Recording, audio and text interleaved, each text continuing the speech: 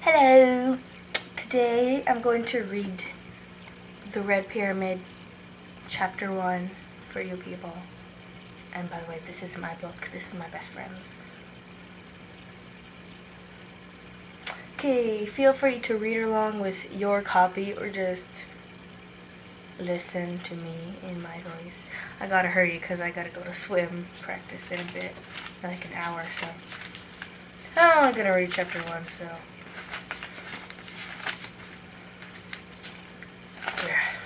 Okay.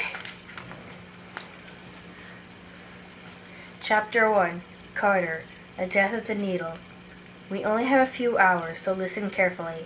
If you're hearing the story, you're already in danger. Sadie and I might be your only chance. Go to the school, find the locker. I won't tell you which school or which locker because if you're the right person, you'll find it. The combination is 13, 32, 33. By the time you finish listening, you'll know what those numbers mean. Just remember the story we're about to tell you isn't complete yet. How it ends will depend on you. The most important thing when you open the package and find what's inside, don't keep it longer than a week. Sure, it'll be tempting. It will grant you almost unlimited power. But if you possess it too long, it will consume you. Learn its secrets quickly and pass it on. Hide it for the next person, the way Sadie and I did for you. Then be prepared for your life to get very interesting. Okay, Sadie is telling me to stop stalling and get on with the story. Fine. I guess it started in London, the night our dad blew up the British Museum. My name is Carter Kane. I'm 14 and my home is a suitcase. You think I'm kidding? Since I was 8 years old, my dad and I have traveled around the world. I was born in LA, but my dad's an archaeologist, so his work takes him all over. Mostly we go to Egypt since that's his specialty. Go into a bookstore, find a book about Egypt. There's a pretty good chance it was written by Dr. Julius Cain. You want to know how Egyptians pull the brains out of mummies or built the pyramids or cursed King Tut's tomb? My dad is your man. Of course, there are other reasons my dad moved around so much, but I didn't know his secret back then. I didn't go to school. My dad homeschooled me, if you can call it homeschooling when you don't have a home. He sort of taught me whatever he thought was important, so I learned a lot about Egypt and basketball stats and my dad's favorite musicians. I read a lot too, pretty much anything I could get my hands on, from dad's history books to fantasy novels, because I spend a lot of time sitting around in hotels and airports and dig sites in foreign countries where I didn't know anybody. My dad was always telling me to put the book down and play some ball. You ever try to start a game of pickup basketball in Aswan, Egypt? It's not easy. Anyway, my dad trained me early to keep all my possessions in a single suitcase that fits in an airplane's overhead compartment. My dad packed the same way, except he was allowed an extra work bag for his archaeology tools. Rule number 1. I was not allowed to look in his work bag. That's a rule I never broke until the day of the explosion. It happened on Christmas Eve. We were in London for a visitation with my sister, Sadie. See, Dad's only allowed 2 days a year with her. One in the winter, one in the summer, because our grandparents hate him. After our mom died, her parents, our grandparents, had this big court battle with Dad. After 6 lawyers, 2 fistfights, and a near-fatal attack with a spatula, don't ask, they won the right to keep Sadie with them in England. She was only 6, 2 younger than me, and they couldn't keep us both. At least that was their excuse for not taking me. So Sadie was raised as a British school kid, and I traveled around with my dad. We only saw Sadie twice a year, which was fine with me. Shut up, Sadie. Yes, I'm getting to that part. So anyway, my dad and I had just flown into Heathrow after a couple of delays. It was a drizzly cold afternoon. The whole taxi ride into the city, my dad seemed kind of nervous. Now, my dad is a big guy. You wouldn't think anything could make him nervous. He has dark brown skin like mine, piercing brown eyes, a bald head, and a goatee, so he looks like a buff, evil scientist. That afternoon, he wore his cashmere winter coat and his best brown suit, the one he used for public lectures. Usually he exudes so much confidence that he dominates any room he walks into, but sometimes, like that afternoon, I saw another side to him that I really didn't understand. He kept looking over his shoulder like we were being hunted. "Dad," I said as we were getting off the A40, "what's wrong?" "No sign of them," he muttered. Then he must have realized he'd spoken aloud because he looked at me kind of startled. "Nothing, Carter. Everything's fine." Which bothered me because my dad's a terrible liar. I always knew when he was hiding something, but I also knew no amount of pestering would get the truth out of him.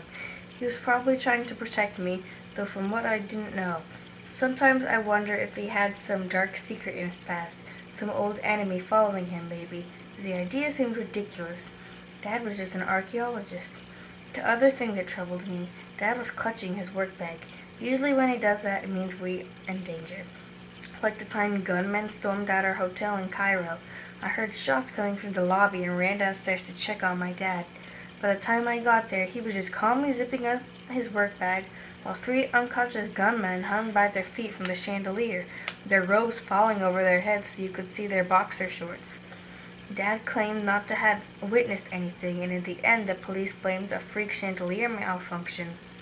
Another time we got caught in a riot in Paris.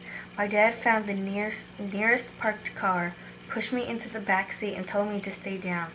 I pressed myself against the floorboards and kept my eyes shut tight. I could hear Dad in the driver's seat, rummaging in his bag, mumbling something to himself, while the mob yelled and destroyed things outside. A few minutes later, he told me it was safe to get up. Every other car on the block had been overturned and set on fire. Our car has been freshly washed and polished, and several 20-euro notes had been tucked under the windshield wipers. Anyway, I'd come to respect the bag. It was a good luck charm. But when my dad kept it close, it meant we were going to need good luck. We drove through the city center, heading east towards my grandparents' flat. We passed the golden gates of Buckingham Palace, the big stone column in Trafalgar Square, London. London is a pretty cool place, but after you've traveled for so long, all cities start to blend together. Other kids I meet sometimes say, "Wow, you're so lucky you get to travel so much." But it's not like we spend our time sightseeing or have a lot of money to travel in style. We've stayed in some pretty rough places, and we've hardly stayed anywhere longer than a few days. Most of the time it feels like we're fugitives rather than tourists. I mean, you wouldn't think my dad's work was dangerous. He does lectures on topics like, can Egyptian magic really kill you, and favorite punishments in the Egyptian underworld, and other stuff most people wouldn't care about. But like I said, there's that other side to him. He's always very cautious, checking every hotel room before he lets me walk into it. He'll dart into a museum to see some other artifacts, take a few notes, and rush out again like he's afraid to be caught on the security cameras. One time when I was younger, we raced across the Charles de Gaulle airport to catch a last-minute flight, and Dad didn't relax until the plane was off the ground. I asked him point blank what he was running from, and he looked at me like I just pulled a pin out of a grenade. For a second I was scared he might actually tell me the truth, and he said, "Carter, it's nothing," as if nothing were the most terrible thing in the world.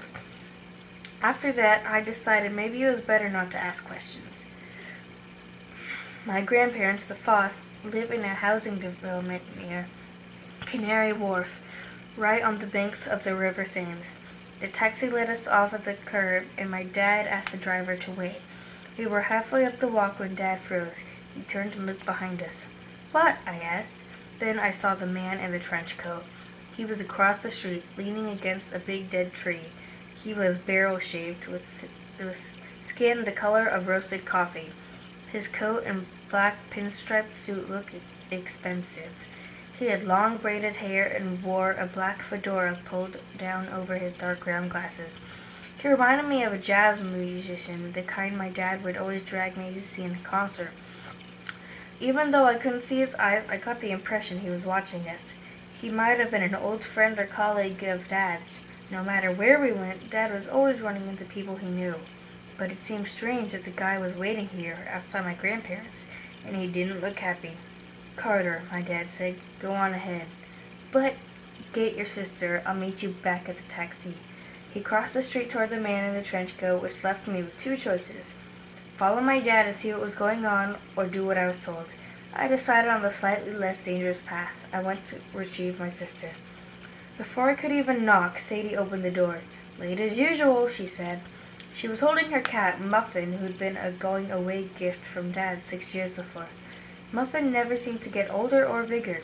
She had fuzzy yellow and black fur like a miniature leopard, alert yellow eyes, and pointy ears that were too tall for her head. A silver Egyptian pendant dangled from her collar. She didn't look anything like a muffin, but Sadie had been little when she named her, so I guess she had to cut her some slack. Sadie hadn't changed much either since last summer. As I'm recording this, she's standing next to me, glaring, so I better be careful how I describe her. You would never guess she's my sister. First of all, she's been living in England so long, she has a British accent. Second, she takes after our mom, who is white, so Sadie's skin is much lighter than mine. She has straight caramel-colored hair, not exactly blonde but not brown, which she usually dyes with streaks of bright colors. That day it had red streaks down the left side. Her eyes are blue. I'm serious. Blue eyes, just like her mom's.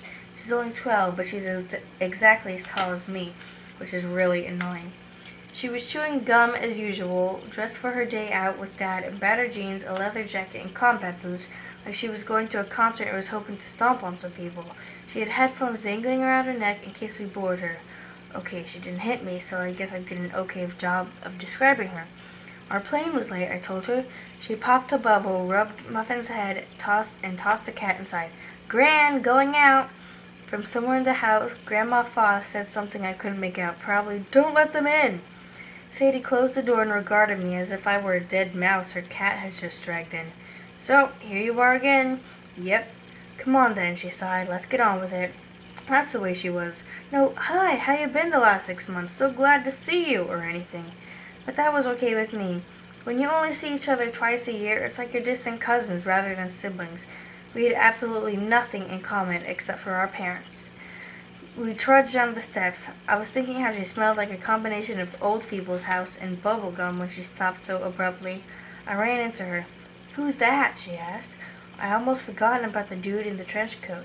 He and my dad were standing across the street next to the big tree, having what looked like a serious argument. Dad's back was turned so I couldn't see his face, but he gestured with his hands like he does when he's agitated. The other guy scowled and shook his head. "Dunno," I said. "He was there when we pulled up." "He looks familiar." Sadie frowned like she was trying to remember. "Come on." "Dad wants us to wait in the cab," I said, even though I knew it was no use. Sadie was already on the move. Instead of going straight across the street, she dashed up to the sidewalk for half a block, ducking behind cars, then crossed to the opposite side and crouched under a low stone wall. She started sneaking toward our dad. I didn't have much choice but to follow her example, even though it made me feel kind of stupid. 6 years in England, I muttered, and she thinks she's James Bond. Sadie swatted me without looking back, and I kept creeping forward.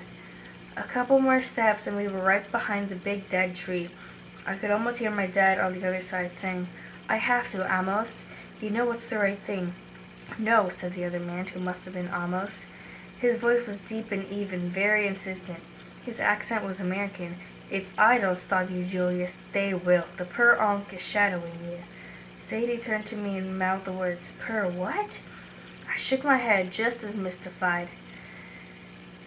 "Let's get out of here," I whispered, because I figured we'd spot any minute and get in serious trouble. Sadie, of course, ignored me. "They don't know my plan," my father was saying. "By the time they figure it out." "And the children?" Amos asked. The hair stood up on the back of my neck. "What about them?" "I've made arrangements to protect them," my dad said. "Besides, if I don't do this, we're all in danger. Now, back off." "I can't, Julius." "Then it's a duel you want?" Dad's tone turned really dead serious. "You could never beat me, Amos." I hadn't seen my dad get violent since the Great Spatula incident, and I wasn't anxious to see a repeat of that, but the two men seemed to be edging toward a fight. Before I could react, Sadie popped up and shouted, "Dad!" He looked surprised when she tackle-hugged him, but not nearly as surprised as the other guy, Amos. He backed up so quickly he tripped over his own trench coat. He'd taken off his glasses. I couldn't help thinking that Sadie was right. He did look familiar, like a very distant memory. I must be going," he said. He straightened his fedora and lumbered down the road. Our dad watched him go. He kept one arm protectively around Sadie and one hand inside the work bag slung over his shoulder. Finally, when Amos disappeared around the corner, Dad relaxed. He took his hand out of the bag and smiled at Sadie. "Hello, sweetheart." Sadie pushed away from him and crossed her arms. "Oh, now it's sweetheart, is it? You're late. Visitation's nearly over. And what was that about? Who's Amos, and what's the per onk?"